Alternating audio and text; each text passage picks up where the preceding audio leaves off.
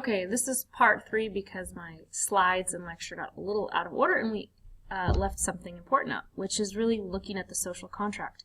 So far we focused on humans' natural rights, fundamental rights, and what the state of nature looked like and why humans would want to leave the state of nature. But now we're going to look to the social contract that humans entered into. Now when they enter into it again, they're doing this because they want to protect life, liberty, property. And in order to protect life, liberty, property, we come together to protect not just ours, but each other's as a community. And when we come together, we then all give up certain freedoms that we had in the state of nature. We give up the freedom to steal, harm others, and enslave others. But when I say give up freedoms, there should be a question, who are we giving these freedoms up to? And in a sense, we're giving them up to each other because we have agreed to come together. So fundamental to the social contract is the idea that there is the consent of the governed, that those people have come together and they are not just agreeing to give up the freedoms, but they're agreeing to give them up to something. And so to whom are we giving up those freedoms? Now, this is where Locke and Hobbes also diverge. Hobbes would say you give that freedom up to an absolute monarch, and that one monarch, that ruler, could impose justice and protect your natural rights. Locke says that is not who we are giving the freedom up to, because we're really giving it up to each other, and because we have that consent of the governed ideal here with the social contract, that we agree to come together to protect these rights.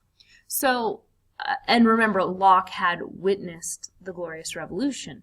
So Locke says we give up that freedom to each other. Logistically, that's not doable.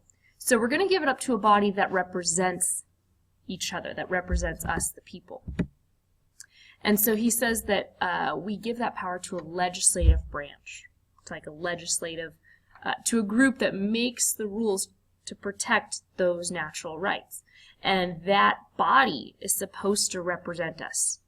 So we have that idea of consent of the governed in the legislative. And we kind of continue to give that consent through our elections and through our participation in the system.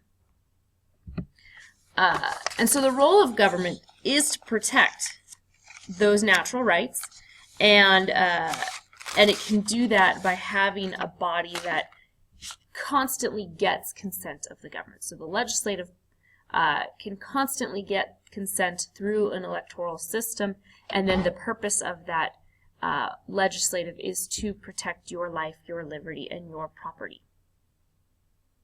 So what happens when the government does not protect your life or your liberty or your property? I mean, it's the only thing it's supposed to do. Remember, we talked about how government should do nothing more and nothing less than protect your life, liberty, and property.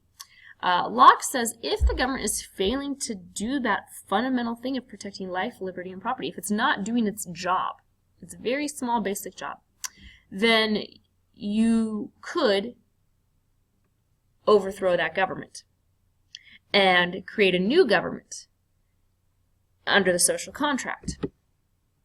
So you can really overthrow the government, not for random reasons, not for minor reasons, but really there has to be something major, and the something major, the defining feature of something major, is if the government is not protecting your life, your liberty, and your property. And I think that should already sound familiar from your background with American history.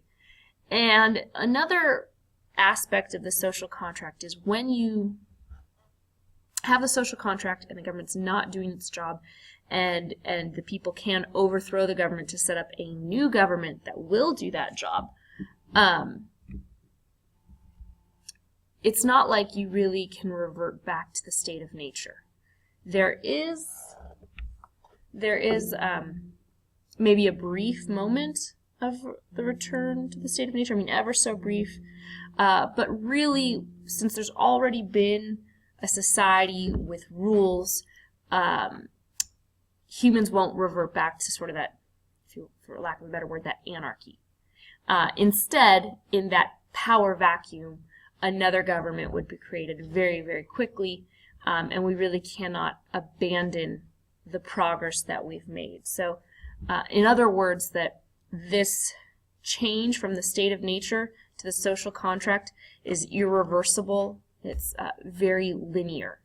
So you could argue that maybe for a brief moment when a government's overthrown, there is the state of nature, but it would be, if it even exists, ever so brief.